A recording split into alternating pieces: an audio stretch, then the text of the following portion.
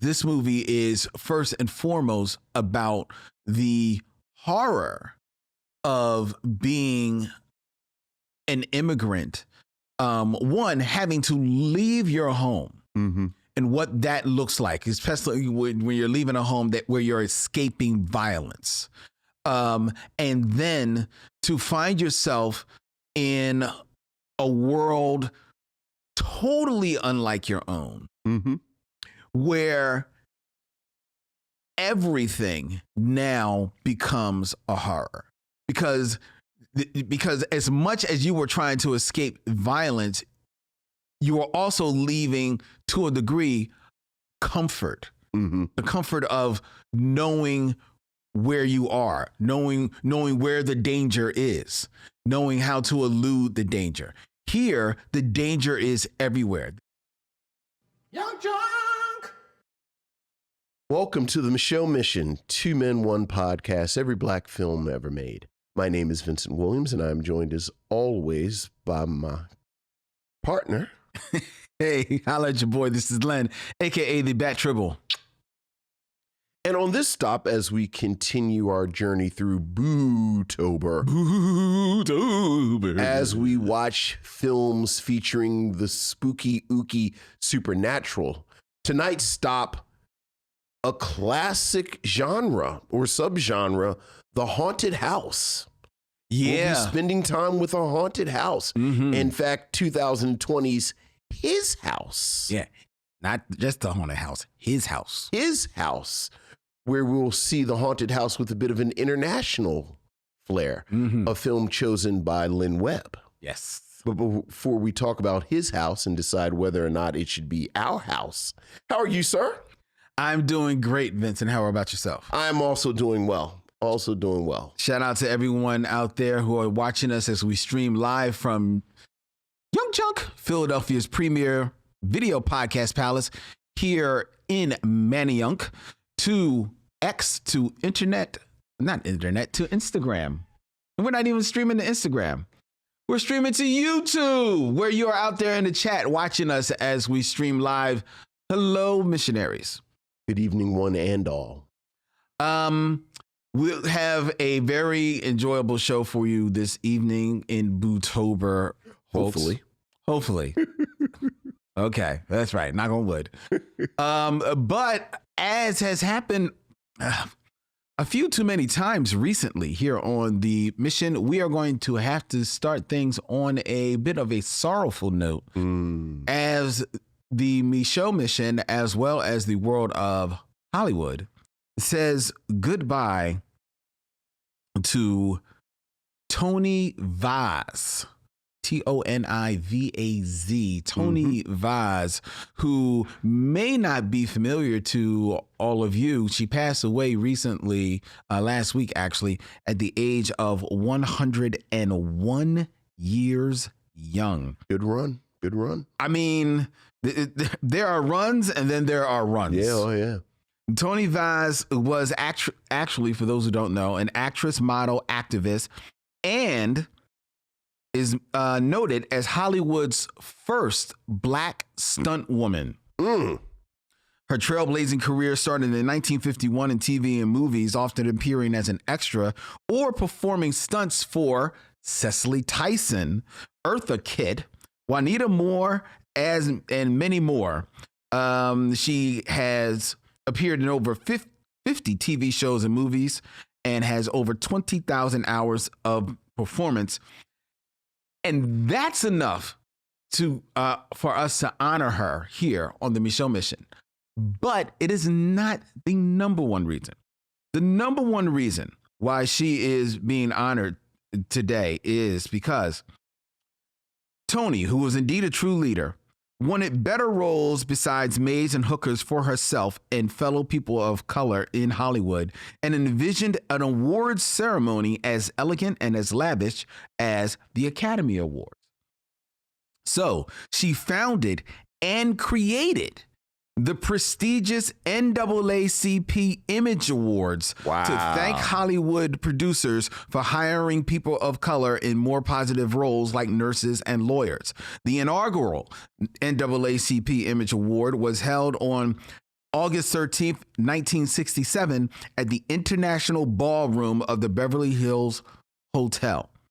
How's that? That's really impressive. That is very really impressive. Very impressive. It was only in 2021, after a 50-year wait of denying Vaz her rightful credit, that the president of the NAACP at the time, Derek Johnson, finally recognized and honored Tony Vaz as its founder and creator of the Image Awards at its 52nd anniversary. She was surprised and wholeheartedly welcomed the honor.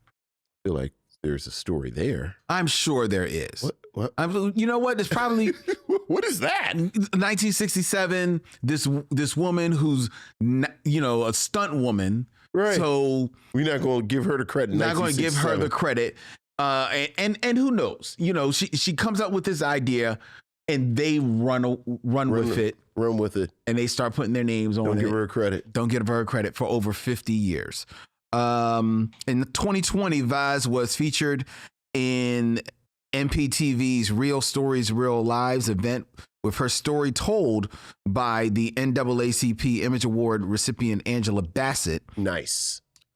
She actually was approved to be honored with a star on the Hollywood Walk of Fame in 2025. Okay. So we'll see whether or not they continue with that intention to honor her. But she passed at the age of 101 years young, and we wanted the Micheaux mission and her family Absolutely. to know that we honor her. Absolutely. And her career. Well done. Yes. Yeah. 101 years old. You know what? And she was a stunt woman. Yeah. So that's why she could be long lived. Right. And I got a funny feeling that at 101, she probably was like looking at her bucket list. She's like, well, I'm good. Did that. Let's see what's next. Yeah. Excellent. So beautiful. So there we go. We wanted to get that, make sure that we honored her. Now it's time that we honor you by seeing what's on your mind. Via your emails, or as we like to call them, missives from the missionaries. So what else is going on, Lynn? We have emails, Vincent. Ooh, missives from the missionaries. Ooh.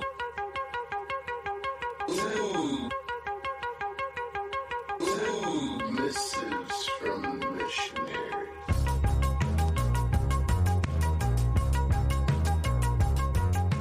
Missives from the missionaries. Vincent, we have an email from Corey P. Hey, what's up, Corey? Is Juice and the Nightmare Before Christmas horror Halloween or Christmas movie? Since it is Boo-tober, I pose two movies that are left field and not related, but I want your insight. Do you think the movie Juice is considered a horror movie? Is Tim Burton's The Nightmare Before Christmas a Halloween or Christmas movie? Corey weighs in. I picked Juice because every time I watch a review of it, there are some people in the comments saying that it turned into a horror movie once Bishop got the gun and killed Raheem. Yeah. I don't consider it a horror movie necessarily, but I can see the budding horror elements from Ernest Dickerson, since I believe he stated he is a fan of the horror genre. Love to hear your thoughts. And then she gives a musical side note. I'll leave that there. What do you think about the idea of Juice possibly being considered a horror movie? I don't know if it's a horror movie. I mean, it's obviously a thriller. Yeah, I think it's more. I think that's where the thriller part of it comes in. I do think Ernest Dickerson maybe uses the language of the horror movie, and it's interesting. I don't remember whether or not that came up when we talked about Demon Knight. We did, which is the horror movie that he did actually direct. Yes, but certainly, as Corey says, when Bishop gets the gun, he becomes a boogeyman. Yeah, he does. He does. There are jump scares, and he just sort of shows up, and it's Tupac with those eyes. Right. So good. Yeah. So I can definitely see it, but you're right. I think it's the thriller. Right. That's when Juice stops becoming just this hip hop movie. Yeah. and it moves into like a real like, ooh. But he definitely has that Jason energy. Oh, he does. You know. Oh, he does. You know, he it's does. that wonderful moment when Omar Epps says, "What you gonna do? Shoot me in a crowded elevator?" And then he takes out a gun and starts shooting. Yeah. And it's like, yeah, he really is sort of unstoppable. Right. So, Corey has a side note. mm-hmm. The one missionary that asked which albums they wish they were there to see the creation of, Mm-hmm. I would say, and list a few: The Low End Theory. That's a good one. What's Going On? Yeah. Really intense, I think. Paid in Full. I actually don't know how much I'd want to be around Paid in Full. I don't think I would want to. Yeah, I don't see that being like a fun experience. I feel like Rakim and Eric B in 1986. Yeah. I want to like them from a distance. That's very much because they wanted to like each other from a distance. Right. Love Deluxe by Sade. Oh, well. That's a whole nother can of worms. Well. And either Inner Visions or Songs in the Key of Life. Yeah. I always think, I always wonder about the musicians in the Stevie Wonder sessions. Like, I don't understand how you're able to be there with him while it's happening. Why you're saying that? It's because it's too much. It's like looking in the face of God or something. Like I just feel like I'd get a nosebleed or, it's just too much.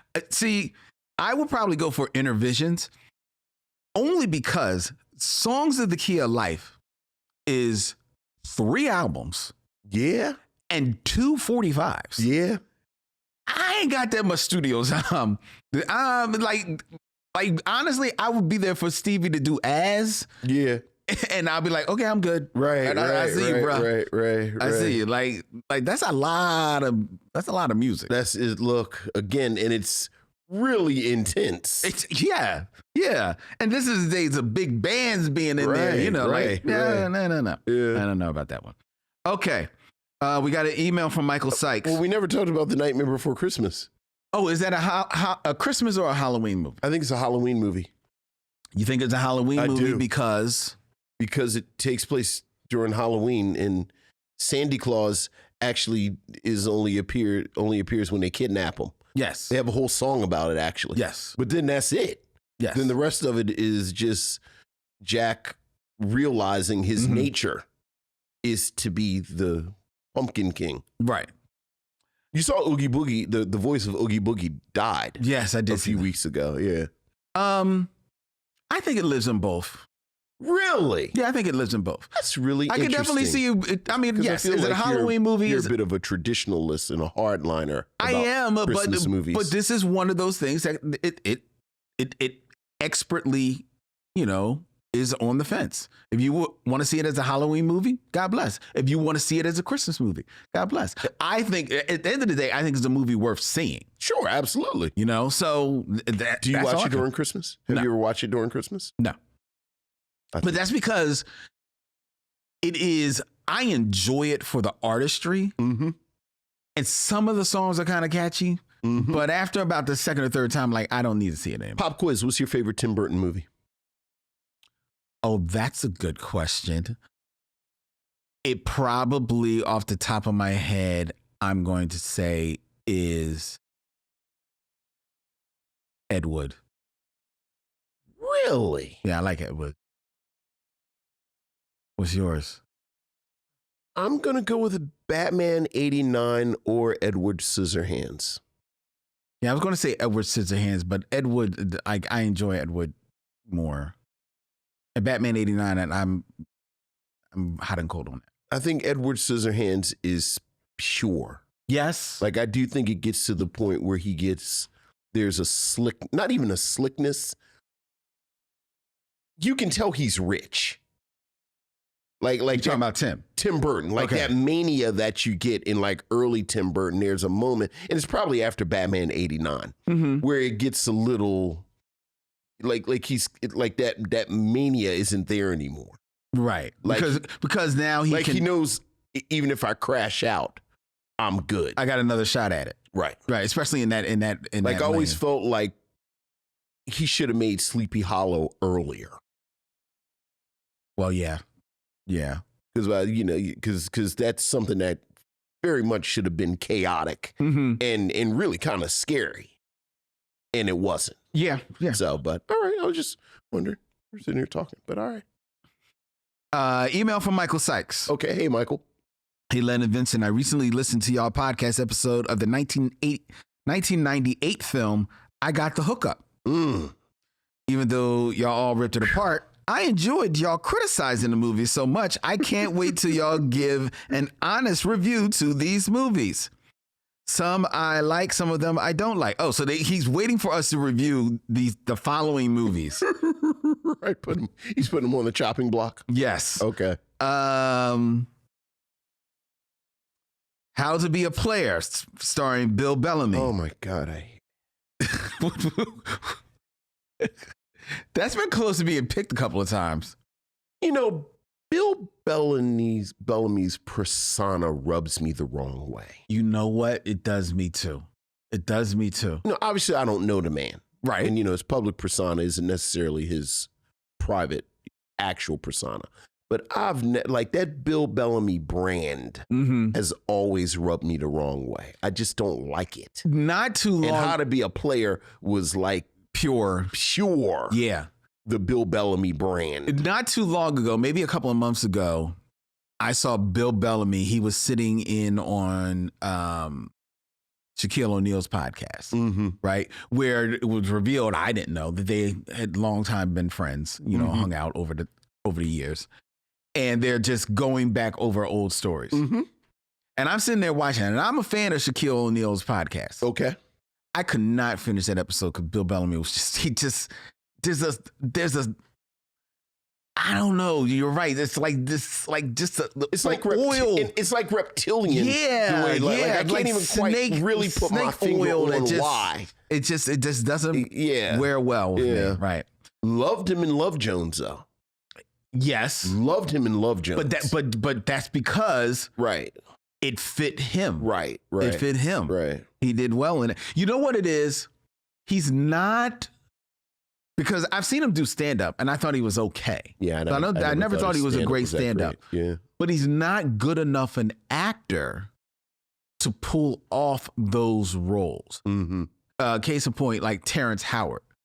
Terrence Howard is good enough an actor so that the slickness comes off, but you still are enjoying him because you can see, all right, I know you got some skills. Now, I've heard some stuff about him on the other side, but I'm just talking about on camera. Right. But Bill Bellamy on camera, it's just too much. It's too much. So. All right, so another film that he's looking forward to us reviewing, The Players Club. Never, yeah. The Janky Promoters, starring Ice Cube. Isn't that Ice Cube and Mike Epps? Is Mike Epps in that? Believe so, yes. I have a soft spot for Ice Cube and Mike Epps together. Okay. Next Day Air. I don't even know what that is. I think that's also a Mike Epps movie. Held Up, starring Jamie Foxx. What's the Worst That Can Happen, starring Danny DeVito and Martin Lawrence. I quietly like that film. The Black Knight, another Martin Lawrence film. I hate that film. Foolish, starring Eddie Griffin. I hate that film. Ride, starring Malik Yopa. I don't remember that. Original Gangsters. I love Original Gangsters. Yeah, I know you like that movie. I know you like that movie. Get off my lawn, the Blaxploitation edition. Big Mama's House. Oh my God, I hate Big Mama's. And Tyler Perry's Divorce in the Black. I wasn't even aware of that movie. Oh, that's the new one. Yeah, that's a fairly new one. That's the one with Megan Good and Corey Hardwick. Oh. Yeah. I'm not aware of that movie. Yeah. Can't wait till y'all. My daughter was a big advocate of that movie. She was like, "Oh, Dad, you got to watch this." Oh, really? Yeah. And have you watched it? I watched the opening scene where the woman gets angry and drags her son's body out of the funeral, out of the coffin. Yeah, it's that kind of movie. Yeah. Okay, so it's purposefully over the top. You know. You can never tell. Like, So he's I really is he hope, trying to do like, his Wayans movie? or telenovela? Like, I really want Tyler Perry to lean into black telenovela. It sounds like he is. The woman's dragging the guy out of a coffin. I don't know. You know, it's always a matter of how much is he in on the joke and how much is he just oblivious and doing this shtick. You know, not to relitigate it, but, you know, that's my defense of acrimony, where I feel like he's in on the joke a little bit. Mm-hmm. I can see your blood pressure rising from here. Michael continues, I know it's haunting for y'all to review a lot of these movies, but let's face it, at some point, you've got to do it. It's true. You can run, but you can't hide. Got to do all of them. Love your fan, Michael Sykes. Thank you, Michael. Very true, Michael. Michael. And we got one last email, and this is from Michael Lockett. What's up, Michael?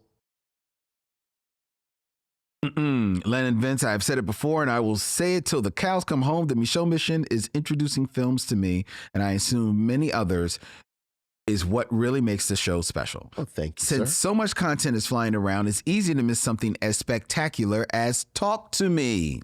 Yeah. Personally, I'm exhausted by most American horror/thriller projects. I started venturing to find films in Africa, Eurasia. Talk to Me was smart and emotional work. The filmmakers should be proud if this is their first outing. The Ghouls Next Door were perfect guests for this, as they gave an insight that perhaps only the women in your lives could have given. Yeah, good point. Absolutely. Shout out to Gabe and Kat, who were our guests last week. On my time travels, I landed with you two as you critique 1974's Amazing Grace. Although the premise was fair, the writing or editing failed to give us the love letter to the Chitlin Circuit, as this was more than likely intended to be. That said, it was good to see some of the people that I only really knew about after listening to my parents talk about them. Yeah. I got the nostalgia and raced down a rabbit hole of YouTube clips with Moms Mabley, Red Fox, Flip Wilson, and many more. Oh, yeah. That's a good rabbit hole. A quick and maybe, like me, an impossible question to answer. Who would you two rank as the top 5 acts, music and comedy, to ever get their ticket to star status on the Chitlin Circuit? With so many that change music and entertainment, I couldn't pick 5. Maybe I didn't want to offend the ancestors by picking. All the best, Michael. So the top 5 acts of music and comedy who, I guess, elevated from the Chitlin Circuit. Yeah. I mean, well, number one's got to be Red. Right. Got it. Yeah. I mean, always start with Red Fox from the Chitlin Circuit. Yeah. Mom's definitely made a name for herself. Moms Mabley. So I'd probably say her second. I always have a soft spot for Pigmeat Markham, who had a moment. Yeah, but did he rise to star status? I mean, here comes the judge. Okay. You know. Okay. All right, fair. Yeah, you know what? It's hard pressed because Red is going to be number 1. Sure.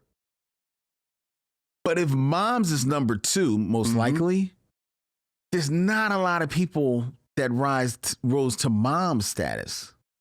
I mean, there's some that rose to prominence. Sure. But did they rise to star status? Sure. Did Nipsey Russell come from the Chitlin Circuit? I don't know his background. I don't think he started on the Chitlin Circuit. I actually think that he started on stage. All right. I mean, but that could have been on the Chitlin Circuit. Yeah, but for some reason I thought that, I don't think he, let me look. Would you put Rudy Ray Moore in there? Well, okay, but if you're going to go Ray Moore, then you can go for a lot of people from. Well, when would you say the Chitlin Circuit kind of ended? Like, are we in the 60s? Or would you say it was before the 60s? I would say the Chitlin Circuit was probably in and around the 60s. Yeah, like I'm looking up Nipsey Russell. He okay, maybe he was, because you said Mantan Moreland, right? No, I said you said Pig Markham. Yeah, 1952, Nipsey Russell had a stage act with Mantan Moreland, where he was basically played his straight man. Okay. And then from there, he elevated to from there he goes to being on the Ed Sullivan Show, the Tonight Show. Right. So then, that's right. I forgot. Circuit. I forgot. He's actually has a recurring role on Car 54. Where are you? So he sure did. Yeah. So I didn't think he was like. I wouldn't say he was. I mean, maybe he. Okay. I always figured like the Chitlin Circuit was like the 50s and 60s, because I don't see the Chitlins. Like, I don't think that Sammy Davis Jr. was Chitlin Circuit. I mean, he was vaudeville, and maybe there was a vein of vaudeville that maybe was just. What was the name? What was the Ray? What was his uncle's name? Who's uncle? Sammy Davis Jr.'s uncle. Where he was in the something trio. Yeah, I can't. Like when he was a kid, maybe. Yeah, but I don't think that was Chitlin Circuit. I think that was vaudeville. Oh no, that was Chitlin Circuit. What? I don't know how many black people were on vaudeville. Sammy was. No, Sammy was. And so was Nipsey Russell. Nipsey Russell wasn't on no damn vaudeville. That's the Chitlin Circuit. I'm looking right here. What year are we talking? Oh no. Yeah. He was in the 50s. He's in the 50s. Oh yeah, that's the Chitlin Circuit. Well, Sammy had to be in vaudeville because that was back in the 20s, 30s. There were no black people on vaudeville. It was a Chitlin Circuit. That's why it was a Chitlin Circuit. I bet he. Because racism. I bet he was. I bet his thing says he was in vaudeville. No, not with his uncles. Not with what is the name of the well, it's the Will Maston Trio. Right, the Will Maston Trio. They weren't on no damn vaudeville. At age 2, Sammy Davis Jr. began his career in vaudeville with his father, Sammy Davis Sr., and the Will Maston Trio. And they toured nationally. Yes, I knew that, but that's vaudeville. It's not the Chitlin Circuit. It was vaudeville. Well, what is yes, it was maybe a lower rung of vaudeville, but it was considered vaudeville. It wasn't. I'm reading it right here. Look, I hear you, but all right. Yeah. So okay, let's look up the Chitlin Circuit. Right, like what differentiates the Chitlin Circuit from vaudeville? Okay, the Chitlin Circuit was a collection of performance venues, right, found throughout the East, South, and Upper Midwest areas of the United States. So this was black audiences. Mm-hmm. So maybe that's but also the venues, the audiences and the venues, right? But the venues kind of okay. So you were saying Will Maston had white audiences? They had white audiences. They were on vaudeville. Okay, I did not know that until this exact second. Right. I thought Will Maston Trio.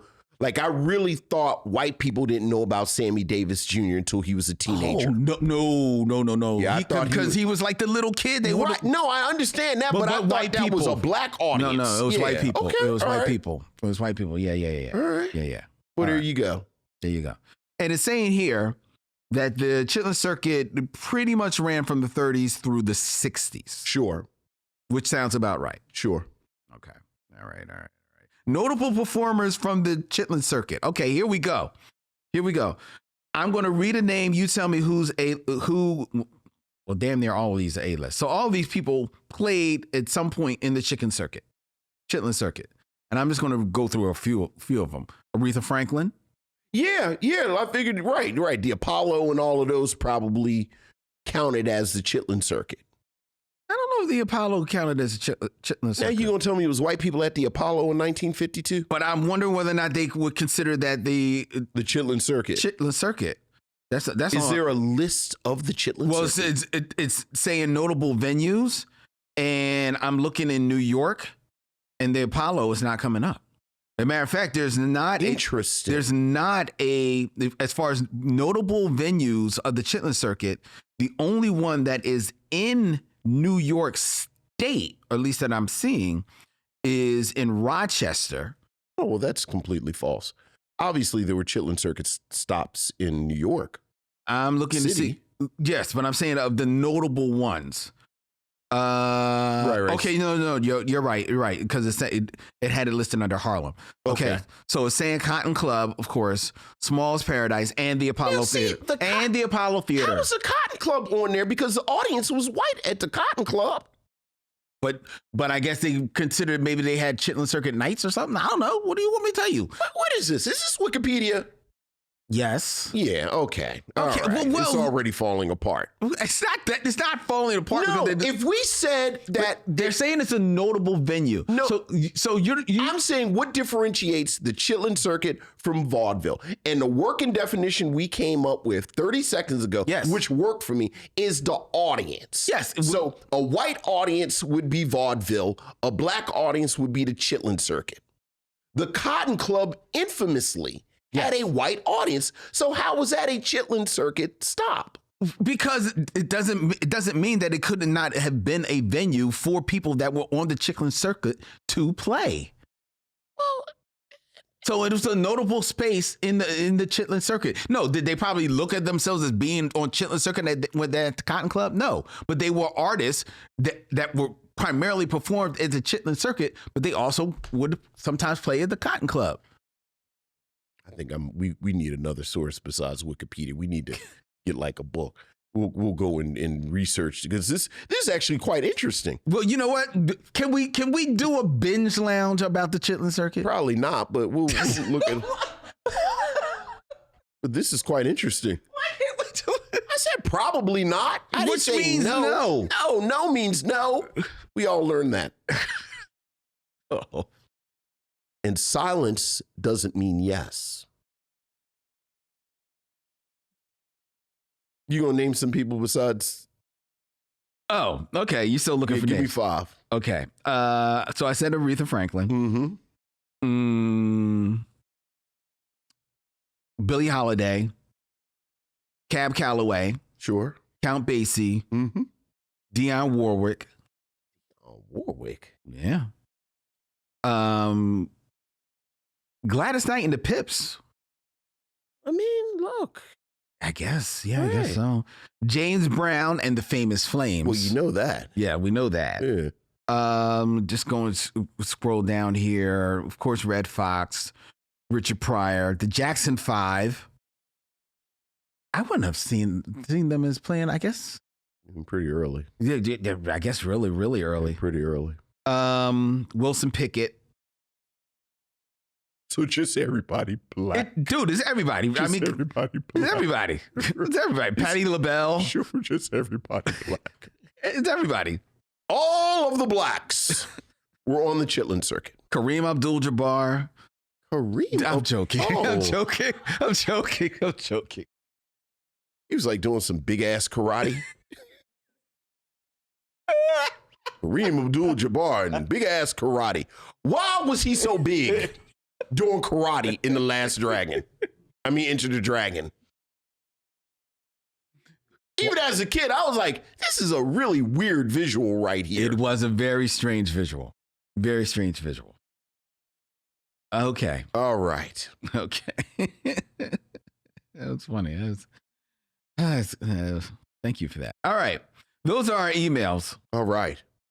We couldn't pick 5, Michael. Or we could have picked take all your pick. Of the blacks. All the blacks. There you go. Up until 1971. Yes. All right. All right. Now it's time for us to move on into a 5 that we can pick for you. It is tonight's top 5. Top 5. Who's your top 5?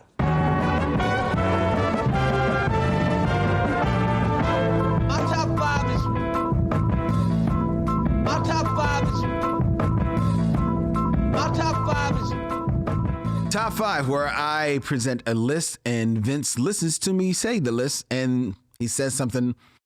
Sometimes he doesn't. We call it a conversation. Tonight, keeping it in theme, we are going to be reviewing from 2020, His House. A very creepy psychological horror thriller that deals with immigration And as Vincent said, it has an international cast in front of and behind the camera. So what I have for you, Vincent, are 5 films that also live in the world of immigration. This is the horrors of immigration. Okay. All right. Starting with number 5, a film from 2010, Undocumented. Okay.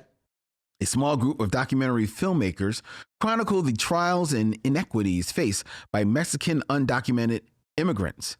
When they join a group of families crossing the border to record the experience firsthand, their truck is pulled over and detained.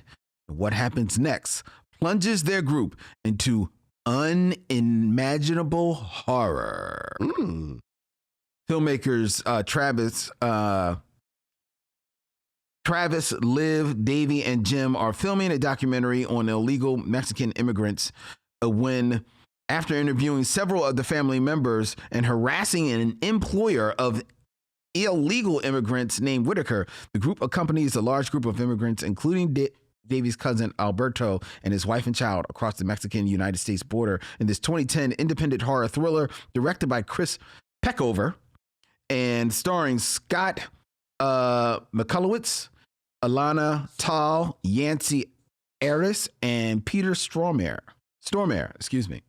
And Undocumented. Okay. Does that sound like an interesting film to you? Sure. Yeah, sounds like Sure. Have you seen it? I've not seen that film Me either. But it's interesting that it's 2010, Right. but it's almost 15 years ago, and you're making horror about crossing the border. Right. You know, that's how long this has been in the zeitgeist. Right. Okay. The whole idea. Number 4. Number 4. We have from 2016, Children of the Fall. Oh. Rachel Strode, a young immigrant with a dark secret in her past, comes to Israel in the fall of 1973 to volunteer at a kibbutz and then to convert to Judaism. Soon, she realizes that the local kibbutz members don't seem to like strangers and foreigners, and the evening of Yom Kippur will bring danger to her and her young volunteering friends. What begins as a time of fun and the celebration of youth turns into a menacing and bloody night of terror, which will give a new meaning to Yom Kippur of 1973. Children of the Fall is a thriller juggling the fine line between drama and horror with a strong social and political commentary and a nod to 1970s horror films. It spills new blood into the Hebrew horror genre. I did not know that was a genre. I was unaware of that genre. I did not see it at my local Blockbusters all the time. So also sounds interesting. Okay. All right. There you go. All right. Number 3, we have Shelter. Okay. From 2014, written and directed by Paul Bettany, the actor. In his directorial debut, this film stars Jennifer Connelly and Anthony Mackie, as well as featuring a supporting cast of Rob Morgan and Bruce Altman. Tahir, an illegal immigrant from Nigeria, and Anna, a heroin addict, live homeless on the streets of Manhattan. Like the worst comedy ever. Tahir, a devout Muslim who is polite to everyone he meets, survives by performing music in the city parks, while Hannah lies, steals, and sells her body to get her next fix. When Tahir saves Hannah from a suicide attempt, they form a friendship, and over the year that follows, they share their past, their friendships, and then turn to loves. Their circumstances begin to improve, but Tahir falls ill and eventually, quote unquote, joins his wife and child who died in Nigeria. His love for Hannah helps her overcome her addiction and return her to her son in California. So as I have just given the entire plot. Right. It sounds terrible. I'm never going to watch this. My God, that was depressing. It's not depressing. It's uplifting. Razor blades at the showings? Like, my God. This is terrible. You don't want to see Anthony Mackie play a Nigerian immigrant laughing and singing and playing music Until in the he parks. dies? No, he joins his wife and son. Who have died? Die is a metaphor. Is it? It didn't sound metaphorical from the way you just described it. It's a metaphor for going away. Yes. All right, that's number 3. All right. Number 2. Number 2. From 2022. This is a very depressing list. Yes. Nanny, a 2022 psychological horror written and directed by Nukatu Jutsu in her feature directorial debut. It stars Anna Diop, Michelle Monaghan, and Morgan Spector.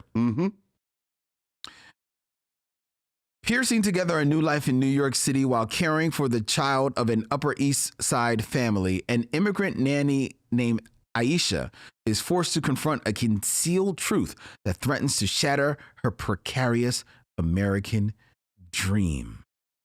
In this psychological horror, Nanny. Now we are both fans of Anna Diop. Yeah, and this is very much on my list. Yeah. I haven't seen that one. I want to see that one. I want to see this one pretty bad. That sounds pretty interesting. All right. And number one. And I think this may actually be a film that you have seen. Okay. From 2009. Okay. A science fiction thriller action film, more or less, directed by Neil Blomkamp. District 9. Yes. His feature film debut. The film stars Sharita Copley, Jason Cope, and David James. It's partially presented as a found footage format and explores themes of humanity, xenophobia, and social segregation as it begins in an alternate 1982 when an alien spaceship appears over Johannesburg, South Africa.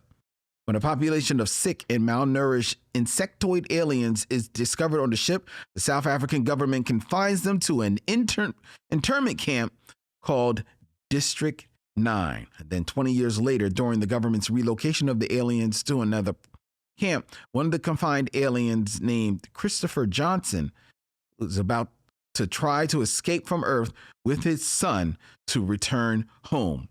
In District 9. Have you seen District 9? Oh, yeah. Were you a fan of the film? I liked it. I didn't like it as much as everybody else. Yeah, there was a lot of people really everybody kind of fell over about it, and I had to, man, it was all right. I think it's the reason why people fell over. It's like because it did feel like, it tried to make it feel like it was found footage. It was done on like a shoestring budget. Sure. But had some really interesting and intriguing special effects in it. I just said, people kind of fell out over it. Yeah, they did. And I was like, it's all right. Yeah. And in full disclosure, I was a huge fan, remain a huge fan of Alien Nation. Yes. Which I think dealt with these issues in a much more nuanced way. You thought so? Both the film and the television series. I haven't seen the movie in a long time. I was a big fan of the movie because interested in how nuanced and I really liked the television show. Yeah, the show I think only lasted a season, maybe 2. Yeah, but then remember it had like 2 or 3 movies afterwards. Did they? Like really? every couple of years, they would make these Alien Nation movies. I don't remember that. Yeah. Okay. Yeah, it's one of those obscure fandoms that I'm a part of. It's like that in the Land of the Lost fandom. That's not obscure. A lot of people like Land of the Lost. Are you talking about like the Sid and Marty Krofft show? Right, do like people like Sid and Marty Crawford or people like Land of the Lost? No, there's a lot of people that like Land of the Lost. Right. I mean, because the Land of the We're Lost. We're aging out. What? We're aging out. Yes, you are dying off. Yeah, I don't know how many of the young people are watching Land of the Lost. No, there are no new fans. All right, okay. Right, it's not Star Wars or Star Trek. Yeah. Right. You're not being reintroduced to Land of the Lost. Right. Not at all. Right. But there's still a fair number of you. It is embarrassing how often I talk about Chaka from Land of the Lost. I don't remember any of the characters from Land of the Lost. Remember, he was the little cave boy who would help him. Okay, I Chaka do good. Chaka do good. Chaka find food. I know this now. Yeah. Okay. Never do Chaka that again. would run around with him. Chaka? Chaka. He was Chaka. He was a little cave boy. He was a little cave boy. Ask me where Chaka's family was. Where was Chaka's family? He was never addressed. Chaka was just a little cave boy running around with him. Because they probably killed him. Yeah. They probably killed his family. And they remember the actor who played their father quit. And they had to. And he left. And then Wait a minute. Whoa. No. I want to preface this. Ladies and gentlemen, you are about to hear one of the dumbest things to ever happen in a TV show since Bobby Hewing woke up and a whole season was a dream. Continue. So the premise of Land of the Lost is that a man and his two kids were out. It was actually a really catchy theme song that told the whole plot. And they were out camping, and when they were kayaking or they were in a whitewater raft, they go through some type of space-time portal. It's never really clear because the Sleestaks were aliens. Yes. And they went to the Land of the Lost where there were dinosaurs and aliens, but Puppet dinosaurs. But the whole premise was that they were lost. Yes. And they couldn't get home, so they were just gone. So the actor who played the father at some point said, screw you guys. And or was fired. I actually don't know I don't remember the backstory off the top of my head. So on the television show, the father got rescued and went back to Earth. And at the same time, the kid's uncle got lost in the Land of the Lost. Who at that time was looking for them. So then their uncle was there. And if I remember correctly, didn't they redo the theme song? Yes, because they had to include the uncle. And then Dad got rescued, but then Uncle Billy got lost too. In the land of the lost.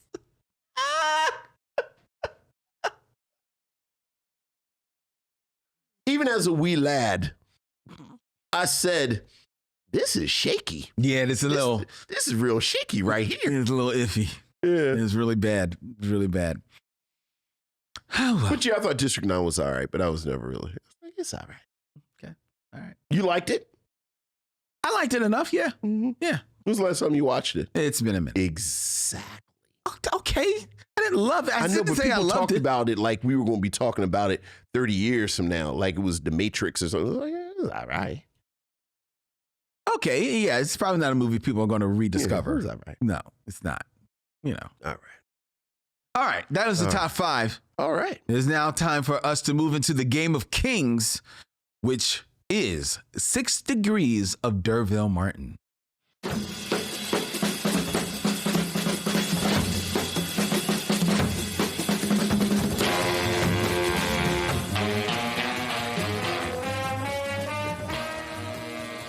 Six Degrees of D'Urville Martin, where Vincent has 6 films or less to connect 2 actors to D'Urville Martin, a man who is never lost. Could not be replaced by a new character. No, but is in a land of his own. Yes, sir.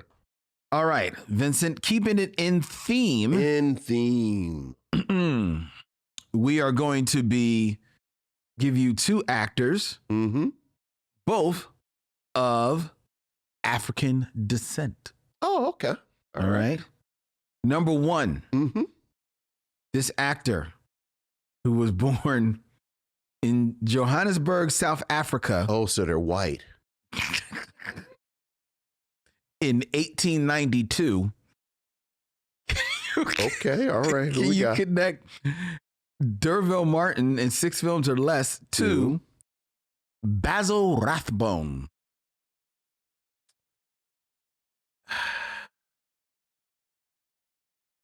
See, the problem with Basil Rathbone is the only thing I know him from are the Sherlock Holmes movies. No, it's not.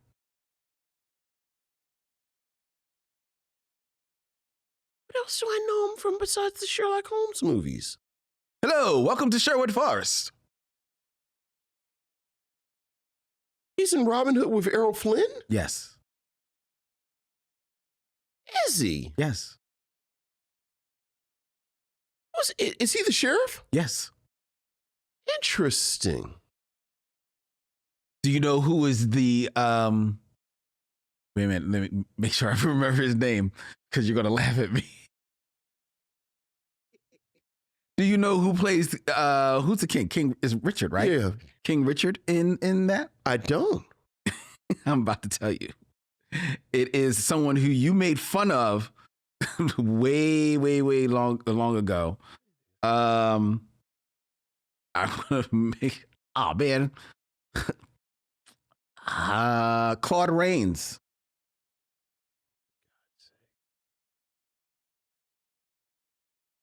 But Basil Rathbone. So he's in the Sherlock Holmes movies. Yes. He's in Robin Hood. Yes. Bad thing, the only thing I ever know about Errol Flynn is Robin Hood. Robin Hood. And I'm looking at him in a suit. Oh yeah, he's been in a bunch of movies and suits, but like you'd have to be able to pull him. Yeah, I need more with Basil Roth. Who plays Watson? Somebody that can't help. He's the British. Yeah. British actor. He's Who not plays Moriarty? They're all British. Just all British. And they're all like that time British. Yeah, Like they're not yeah. going to help you. Like I honestly thought that Errol Flynn or Claude Rains might help you. Yeah, because I forgot about what was Errol Flynn in? What's his other big thing besides Robin Hood? His other big thing is what is it, the Black Pirate? It's nothing that's going to help you. Yeah, it's something with no swords though. I mean, well, that was his thing, Right. the sword movies, and he did some westerns. Why were we talking about Claude Rains? Because he's in Robin Hood. Oh, I brought him up one time, and you were laughing that he was not a star. Right, because he wasn't. He was a He was star. just a working dude. He was a star. Yeah, you gotta give me something with Basil Rathbone. Well, okay. Okay, I'm giving you the one. He's good with Claude Rains. Uh-huh. All right. Claude Rains, just to tell you how ubiquitous this actor is to you, Mr. Was Man. in what? He was in Notorious with Cary Grant. With Cary Grant. All right. All right, well, so that's two. all right. Well, that's all I need then. So Claude Rains is in Robin Hood with Basil Rathbone, is what you're saying? Yeah, the Rathbone, yes. Okay. So, I think that's pretty easy then. Because Derville Martin is in Guess Who's Coming to Dinner with Katharine Hepburn. Is that Katharine Hepburn in My Girl Friday? No. My Girl Friday is Ida Lupino. Katharine Hepburn? No, it's not Ida Lupino, but it's not Katharine Hepburn. Is she in not Philadelphia? What's the one? You're Philly? right. The Philadelphia Story. The Philadelphia Story She's in the with Cary Philadelphia Grant. Story. Yes. Yeah. Okay. Yeah. So she's in Philadelphia Story with Cary Grant, and Cary Grant is in Notorious with Claude Rains, who's in Robin Hood. The Adventures of Robin Hood with Basil Rathbone. Rathbone. Okay. Okay. The bad thing is I can't even see his face. Like, you know who I think about when you say his name?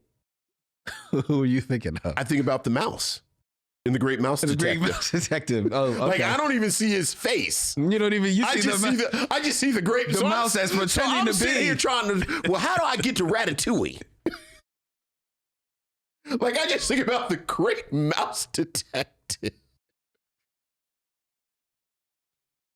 Every now and then somebody talks about like the sort of ambient culture that we all got from like cartoons and stuff. Oh yeah, like they'll talk yeah. about the opera and classical music, but it's like that. Like, I'm pretty sure I saw The Hounds of Baskerville, but I 100% just think about the Great Mouse Detective. Of course. Yeah, so Of course. All right. right. All right. How do I get to the secret of Nim? I'm just thinking about mouse stuff. 5 goes west. All right. All right. Number 2. That's South African. All right. Also from South Africa, from Uppington, South Africa. Ooh, that sounds white. Born in 1954. That sounds like somebody grew up there calling people coffer boy. And go ahead. Well, her father was Dr. Lewis, who was, I almost gave the last name, who worked as a young physician, and her mother was a clinical psychologist. Mm-hmm. And 6 films or less connect Derville Martin to Alice Krieg. Alice, who is that? You know her. Let me see her picture.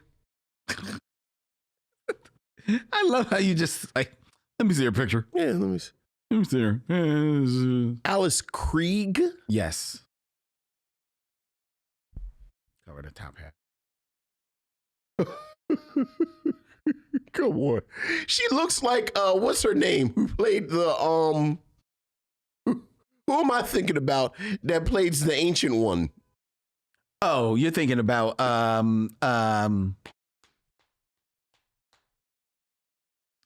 you're thinking about I know who you're thinking about. Yeah, I don't know who that woman is. Ah, damn it, I can't think. I know exactly who you're thinking about. What is she in? Who is this person, Lynn? Alice Krieg? Uh-huh. Oh, now you got me trying to think of the name of the actress who plays the ancient one, welcome to my who world. actually plays Katharine Hepburn in The Aviator. Mm-hmm, sure. Who is this woman? What is she in? Okay, I'm gonna give you the last film that she was in. Okay. From 2022. Uh-huh. Texas Chainsaw Massacre. Oh, the remake. Mm-hmm. Yeah, I don't know who's in there. Nobody's in the remake. She was. Yes, very nice. What's she famous for? If I give you the movie she's famous for, it's going to give it away. You mean if you tell me why people know who she is? Yes, it'll give it away. So I would not know who she was. I wouldn't know who she was, but like when people know who she is, the game will be easy. Like you couldn't pick like Charlize Theron. Like you pick you pick somebody been dead 100 years, and then you pick somebody who she's known for something, but you can't tell me what she's known for. She was also in Thor: The Dark World. Who was she in Thor: The Dark World? Her character was Eir, E-I-R. Well, of course. Was she a bad guy? I mean, Thor's easy, but I don't know, but she was in Thor. Yeah, this is no fun. If it's no fun if I give you the one that she's in. Why would you pick somebody that's in stuff that it's no fun to get to them if that's the only thing they were in? Because I thought you would know the character. I thought you would know her name, honestly. I thought you would. Why would I know this woman's name? Because you are a huge fan of everything Star Trek. Who is she in Star Trek? She is famously the Borg Queen. You about to tell me that's not a prominent role? I know you didn't just show me a white woman that when she's in the movie, they have her under 15 pounds of prosthetics in a bald wig and stuff and say, how did you not know her? You might as well have shown me the actor who plays Chewbacca. But I honestly thought you would have known her name. Why would I know her name? Because you're a huge fan of Star Trek, so you know the names of actors. This is a terrible one. This is a terrible one. No, I'm not even doing it. No, I'm not even doing it. What do you mean you're not doing it? I'm not doing it. What do you mean? You can do it on your own. You can get to Star Trek and you can get to Thor. Like, how you pick somebody from the Marvel stuff and the Star Trek stuff that don't nobody even know who they were in it? Dude, I'm telling you, there are tons of Star Trek fans who are just as much. If that woman walks down the street and doesn't say what her name is, she just walked down the street. Yes. How many Star Trek fans are stopping that woman in the picture you just showed me? With just regular hair and she just walking down the street going to getting a bagel. I bet if it's 10 Star Trek fans that are walking by her, 5 of them know who she is. You would lose that bet all the time. I don't think so. Not that woman. I don't think so. She's a prominent character. Yes, underneath 10 pounds of makeup. I don't know, man. I don't know. Kate Blanchett is the actress we're thinking of that plays that is a terrible choice. That is not a terrible choice. It's a terrible choice. It's not. It's a terrible choice. It's not. It's not at all. It's a terrible choice. Samuel Jackson Marvel sludge to get to her. There you go. I don't think that's a terrible choice. It's a terrible choice. Especially considering how big of a Star Trek fan that you Do are. better. I don't think that... Do better. I Do did better. fine. You need to do better. You need to do better on your Trekdom. Anytime you started with they were born in the 19th century. They weren't born in 19th. No, I'm back to Basil Now you back- Rothborn. Yeah. Do better. Those are two terrible choices.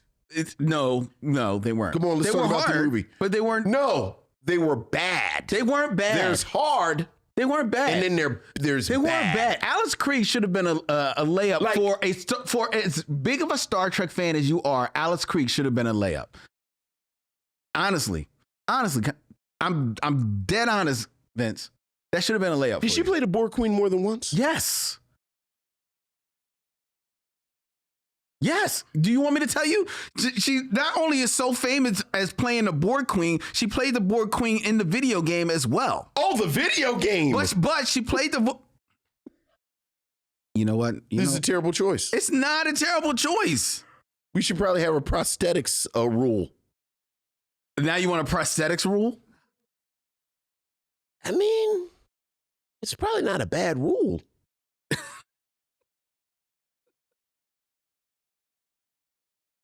I'm sorry, man. I think that she played the Borg Queen in First Contact, and she played the Borg Queen on Voyager.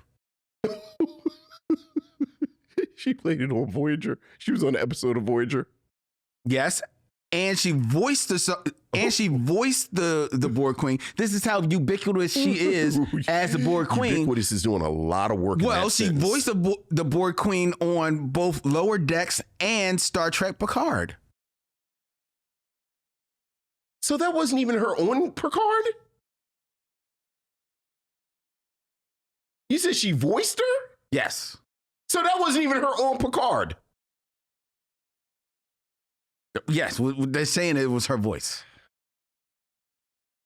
Well, by then she probably aged out on it. I mean, she did it so long ago. Right, because the 30 pounds of makeup that she'd had. But she is still so ubiquitous that they didn't hire the other actress. She still did the voice. She basically was like James Earl Jones. But her visual was so anybody could do the visual, they could do her voice. Okay, but she was an older, she's an older 10 actress. Pounds of makeup. She's an older actress at that point. Right. I honestly think that was a good choice. That was a good choice. And that's shame on you. Shame on me. Yes. All right. Yes. Okay. Yes. All right. You should be ashamed of yourself. Yeah. All right. This is Khan level choice right here. That's Khan, like the Wrath of Khan? Yes. What do you mean it's Khan level? No, that was me being sarcastic. It wasn't Khan level. All right.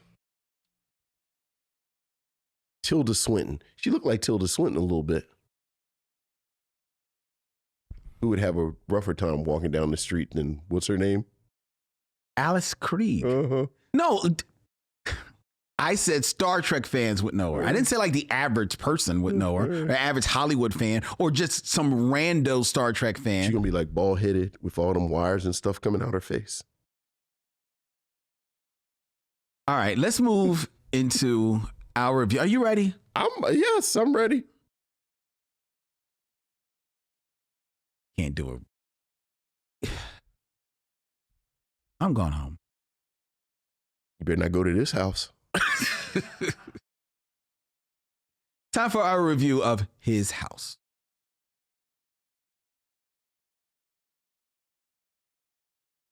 His House, a 2020 horror drama, is a story about a refugee couple who makes a harrowing escape from war-torn South Sudan. But then they struggle to adjust to their new life in an English town that has an evil lurking beneath the surface. Starring Sophie Desaru, Wunbi Mosaku, and Matt Smith, this was a film directed by Remy Weeks, by a story written by Felicity Evans and Toby Venables. This was the choice of Lynn Webb as we continue through Bootober.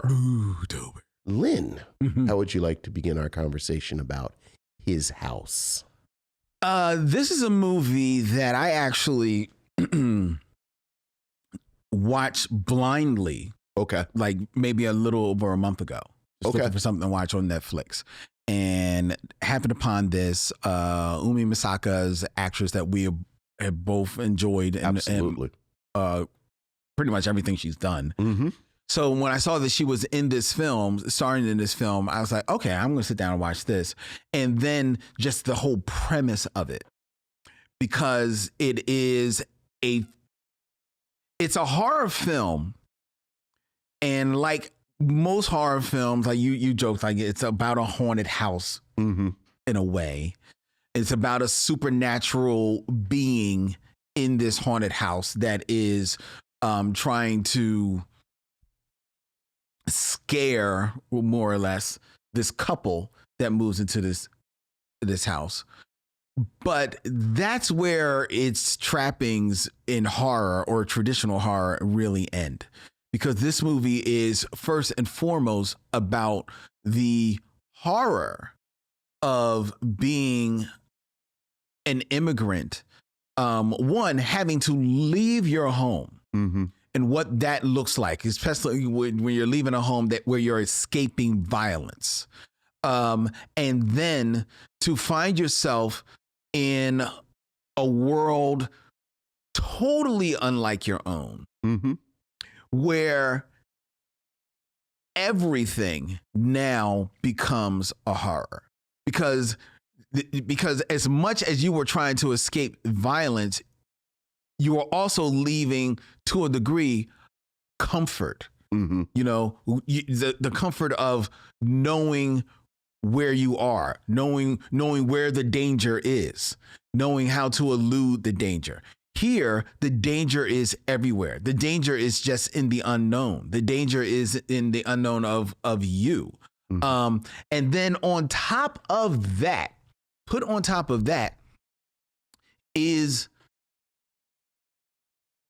there is a guilt that is on this couple is dealing with, and one is a bit of the survivor's guilt of being able to escape. Mm-hmm. You know, South Sudan, which is where they're leaving, and the violence that is erupting there. There's a survivor's guilt of being able to escape when your whole family, your friends, your family, your whole way of life, your tribes were unable to escape. And then there is how you escaped. Mm. And the way that they escaped, and we probably might give it away a little bit towards the end of our review, but the less you know going into this film, the better. The way you escape and the weight that you carry from that, and how that now trucks into African mythology, which is where the supernatural comes into this film, that Remy Weeks pieces together. It is just so smartly done that even though there are some jump scares in this film, even though there is a supernatural at play, just having to walk with the weight on your back, in your presence, in your face, on your shoulders, in your shoes, it's riveting to watch. But it is also very I don't know. I just felt for the couple. Like Mm-hmm. I was there with them. I was there in this moment. The movie starts basically with them leaving Sudan. And they're a couple, and they're basically being chased by the guns and violence and gangs all over, and people are trying to squeeze themselves onto this one bus that is going to make it away. And these are people that are going to be arriving in England illegally. But they're trying to squeeze themselves onto a bus so that they can make it to the shore, so that they can perhaps get on a boat Right. that they just hope will Right. make it across the seas to get them to England. Right. And they maneuver their way onto the bus. They maneuver their way onto the boat. The seas are it's of course it's a storm at sea. It's basically a inflatable raft that is built for maybe 7 people. There's about 20, 30 people on this boat. So you can imagine what happens is that tries to make it over to England. Eventually, they somehow make it to asylum in England. And while they are in asylum, they are put into a home that, as long as they do not leave the home, do not really make any friends, do not even pretty much do anything to the house. But as long as that is where they begin their day and end their day, they can stay in that home. That will be their home while they are in England, while they're waiting to see whether or not they will be able to be granted some type of citizenship. Right. So it's while they're in asylum. And this is a home, and they have to stay in there. They have to stay in that home. Right. They can't move any other place. To the citizenship. Right. Mm-hmm.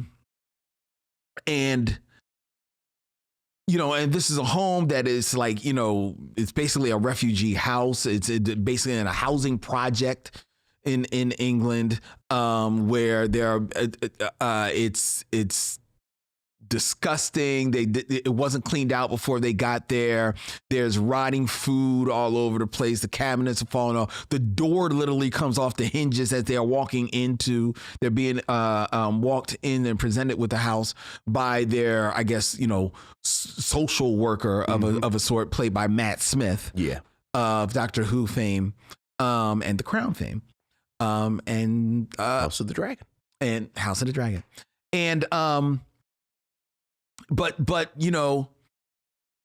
you have to imagine, you're not really you're not given a glimpse of what home was in Sudan, but you have to imagine, as dilapidated as this 2-story home is, it is possibly likely better than where they were. Mm-hmm. If for no other reason that there are not guns going off in the middle of the night, there are not people being pulled out of their house and killed or hacked to death, as you learn later in the film, it happened to some of their family members. And in trying to assimilate here in this world in England, there is definitely a tension between the couple that you sense. You sense that they have a tension, that, as I mentioned, because of the survivor's guilt of how they came to this circumstance, as well as you hearing allusions as to how they got there, because they lost their daughter along the way.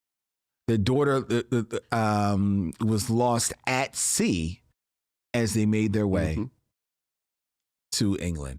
And there is, you get a sense of guilt on their part, and you're wondering, who wants to bury their daughter? You never want to bury your children. But then you're wondering, there seems to be some question as to whether or not they did enough to save their child. And then it appears that their child spirit is haunting them in the house, which has now got them questioning whether or not, the child is actually even dead. The wife, Rael, tells her husband, Bol, about this story that her grandmother told her about an abbot that would sometimes take hold in a house to haunt a couple, and if she's feeling like an abbot is now in their home in the spirit of their daughter. And we could talk a little bit more about the story. Let Vincent share his lights on it. But it is an affecting story dealing with them just having to deal with this being this fish out of water, more or less. There's a scene. He used to work at a bank, but now he just has to basically find work, you know? But there's a scene where while he is out trying to find work, she has to make her way to the doctor. Mm-hmm. And she's been drawn a map of how to make her way through their housing project to the doctor whose office is supposed to be right on the outside of the project, right? But there's these driveways and alleyways that you're supposed to turn right, boom, boom, boom. And as she makes her way, she seemingly gets turned around.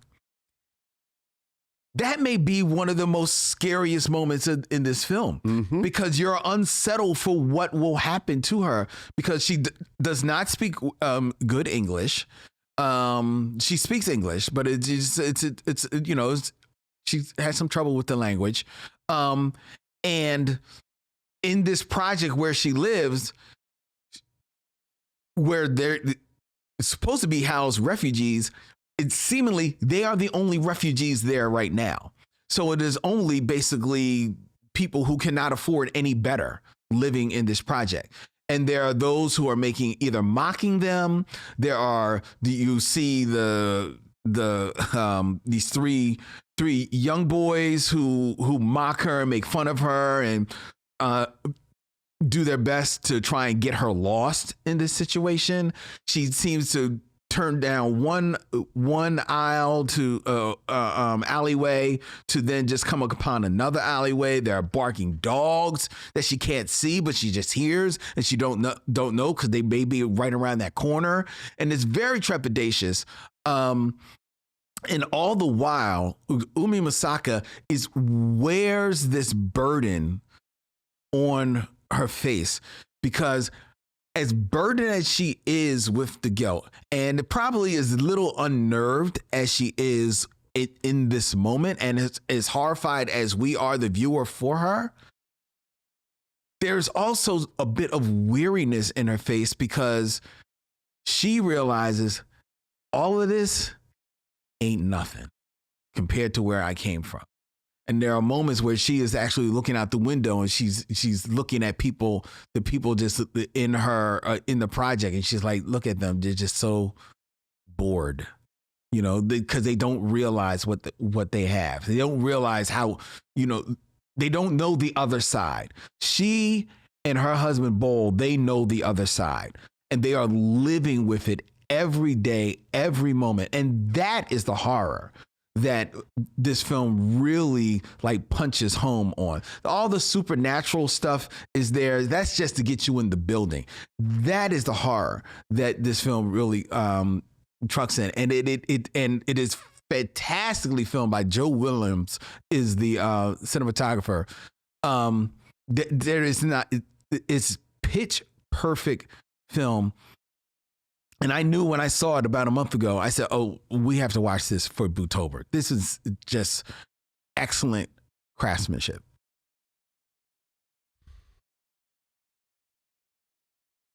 I wanted to like this more than I ended up liking.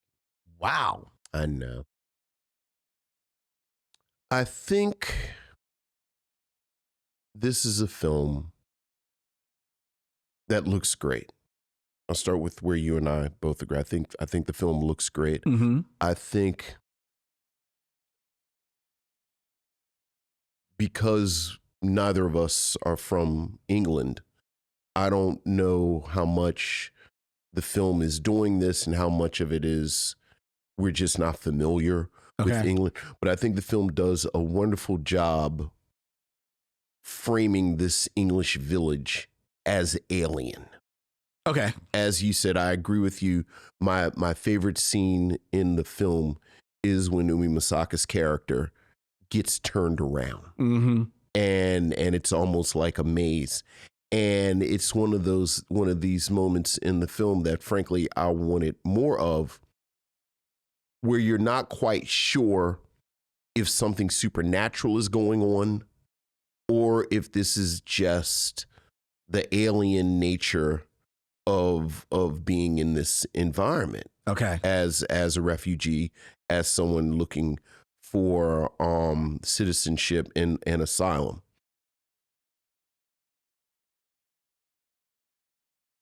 I think I think where this film underwhelmed me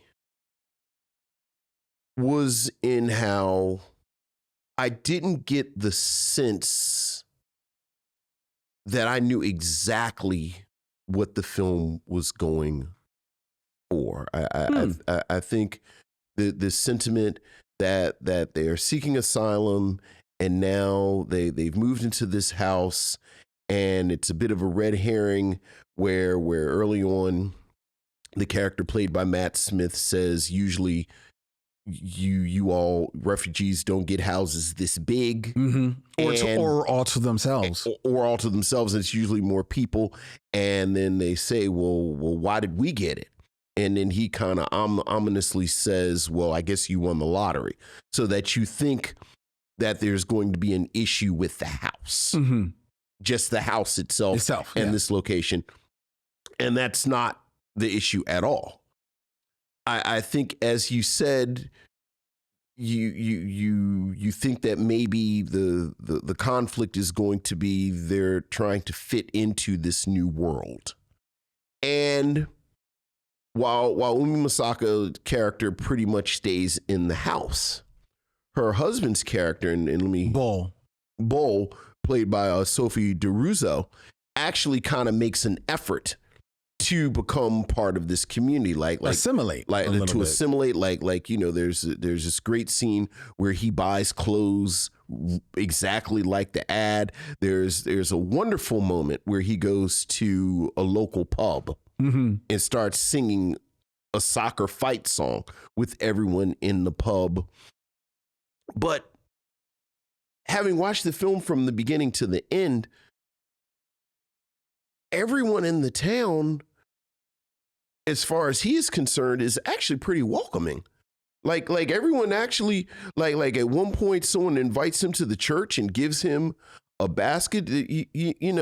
Like I said, there he's welcomed into the pub. As far as we know, this one scene, there's a moment, speaking of a red herring, where their neighbor is sort of creepy, and says, "I bet you won't make it a month." But then that line of the plot never goes anywhere, like you assume. And even Matt Smith is pretty much straight ahead. He's a straightforward person, straightforward character, the whole film. So that then, okay, so we've got this haunted house plot, and we know the haunted house, the haunting doesn't come from the location, right? So then, as it goes on, you realize, okay, well, this is a case of what happened in the Sudan has followed them. And this is their history, and this is everything that happened. And you think that it's the trauma of the experience and everything that goes with that. And now that's the conflict. And it is. Yes. But what you find out 20 minutes before the film is over, as you said, in the journey, they've lost their daughter. So that the film sort of sets up that part of this haunting is what's going on with the daughter. It's almost like a version of what happens in Beloved, where you had this harrowing, traumatic experience in the past, and now it's haunting you. Right. But then you find out these details about what actually happens with their daughter 20 minutes before the film goes off. That completely recontextualizes the film. Everything you've seen. And everything you've seen.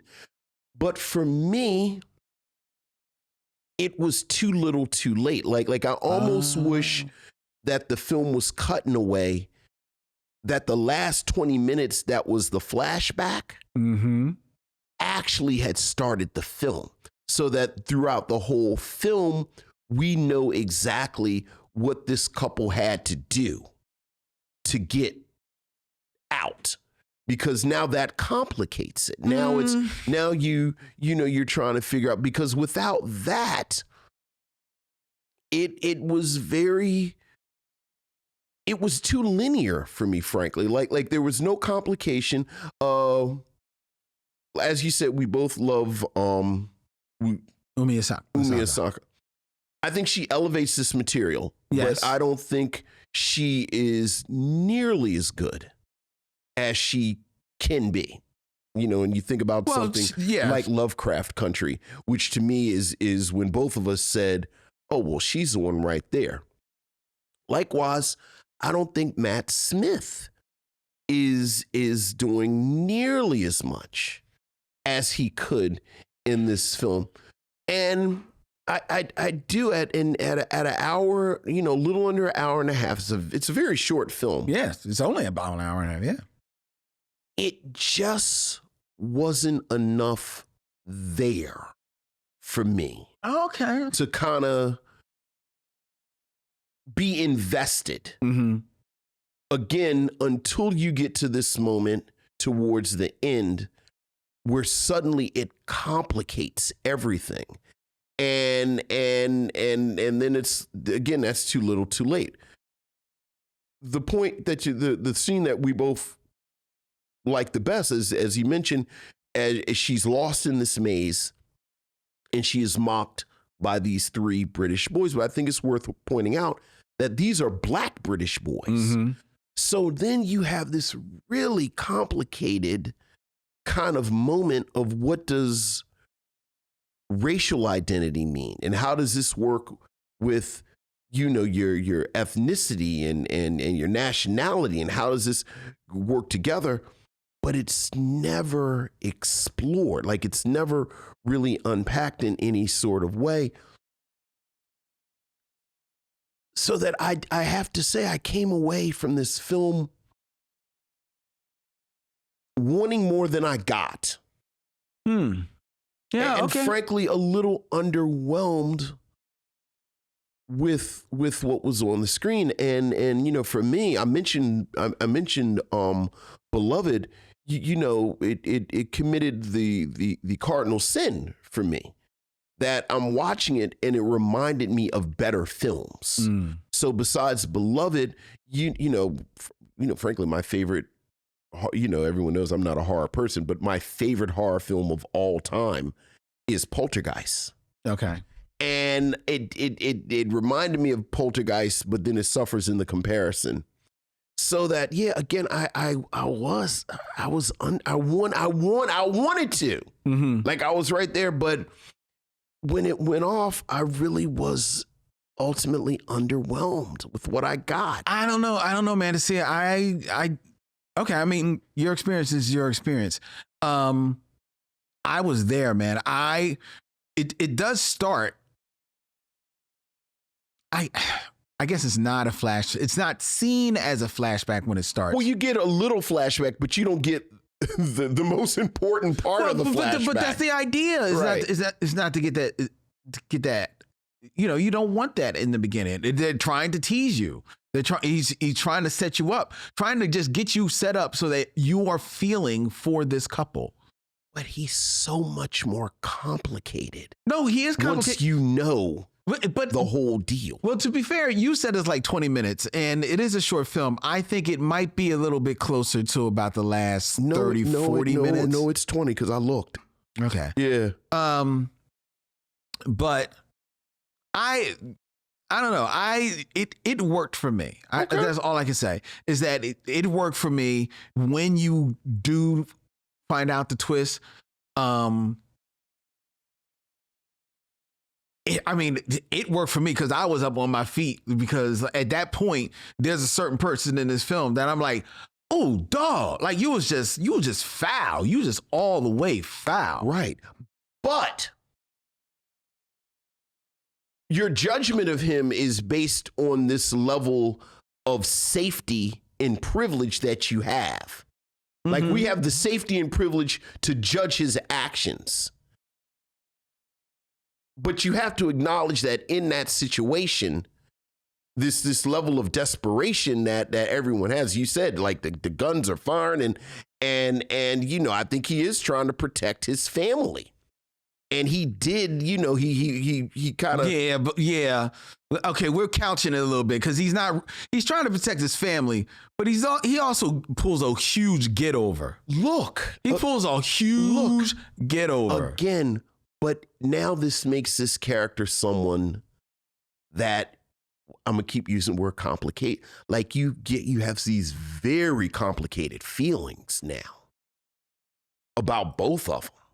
Well, yeah, you do. And again, you do. And now you understand that it's not just survivor's guilt that is on them. It's guilt of another color. But again, of another weight. How do you judge someone trying to survive? Like, obviously we can. Obviously we don't condone the actions that they made. Yeah, but, No, you don't. You hope you would never do something like that. You hope that you wouldn't. No, you know what? No, I'm not. I'm sorry. It's not that I hope I would never do that. I would never do that. The reason, and I think the reason. Okay, do we want to spoil it? Yeah, I guess we should. Okay, so spoiler. Spoiler alert. The daughter that they lose is not their daughter. It is actually just a young girl who, when they're trying to make their way onto the bus. Right. The bus is only taking children and families with children. And they are a couple that does not have a child. Right. And they're not going to take them on. There's guns firing. Right. There's a young girl that is standing there, seemingly on her own. And Ball grabs her and says, it's a child. And then they let him and his wife and the girl on the bus. When they are on the bus, the girl is calling for her mother, who is now outside the window. So you now realize, oh, this is not their child. Right. They've taken someone's child. They have taken someone's child. And this mother is now racing after the bus. And it's lost in this cloud of smoke. And you're left to possibly believe that under a hail of bullets. This child that, they use to get on the bus is the child that they lose at sea. All right. So that's the end of the spoiler. People were saying, all right, let's wait. All right, that's the end of the spoiler, y'all. All right. So that complicates it to me. That complicates it like a mug. But that is something that I can definitively say I would never do. Okay. Even under survival, I am not doing that. I've never been desperate, so I'm not going to say what I wouldn't do if I was desperate enough.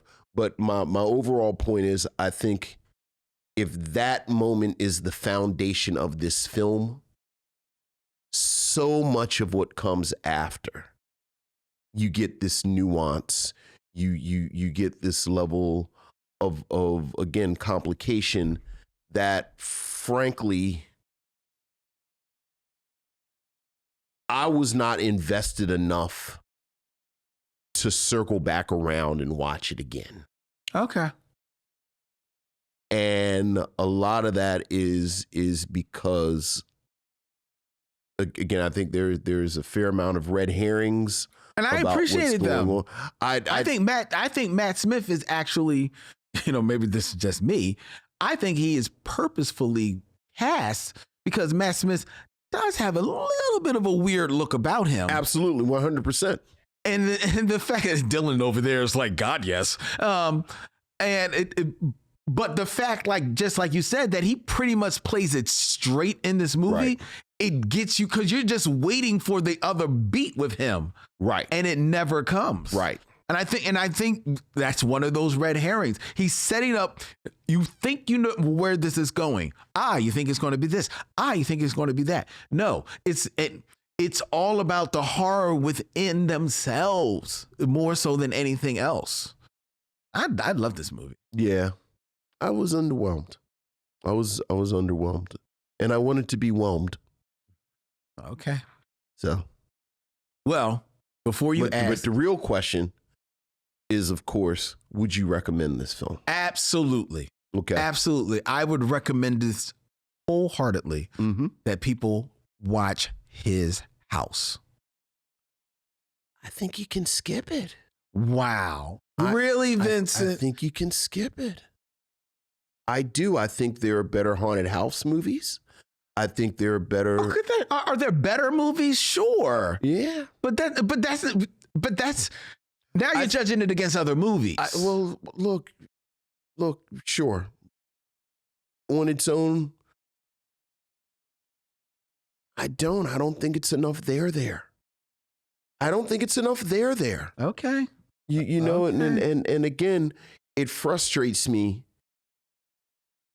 I think what frustrates me is the aspect of the story that I think would have made it pop and made it kind of rise or sort of differentiate itself from the other haunted house films.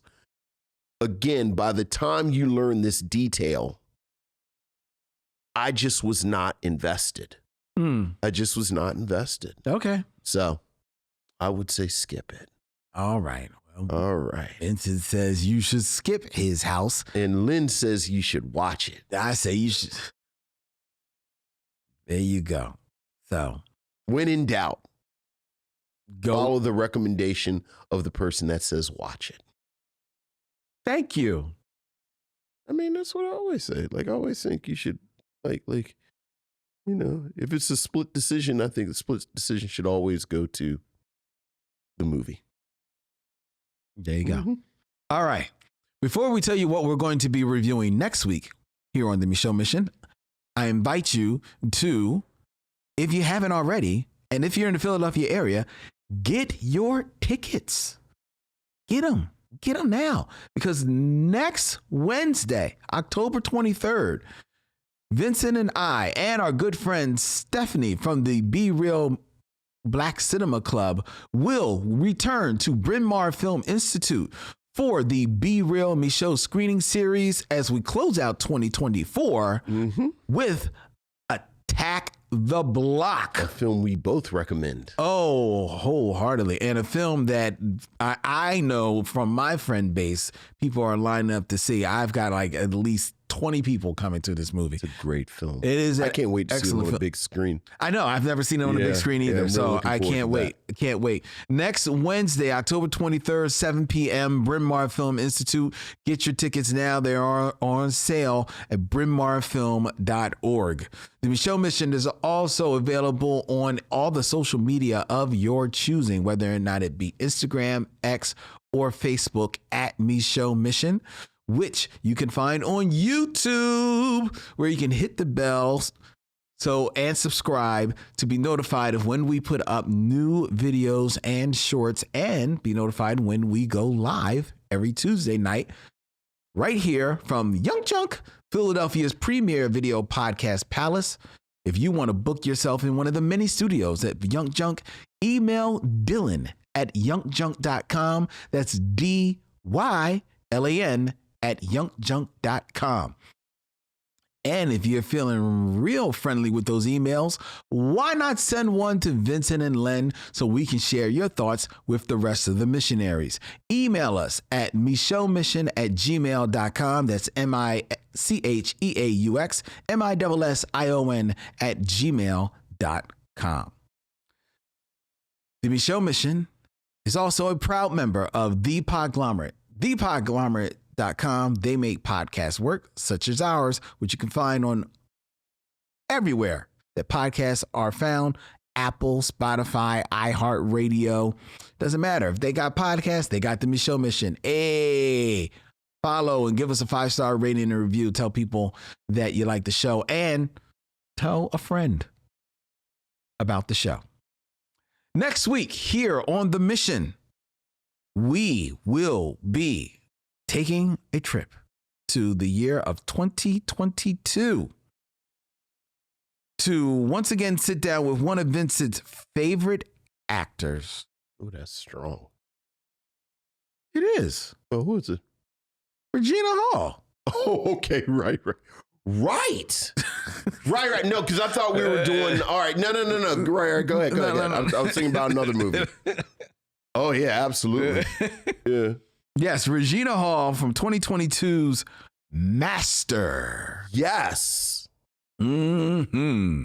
Next week here on the Micheaux Mission. Until then, he's Vincent, I'm Len, and in parting, we say, we'll see you when it's time to meet again. YUNKJunk!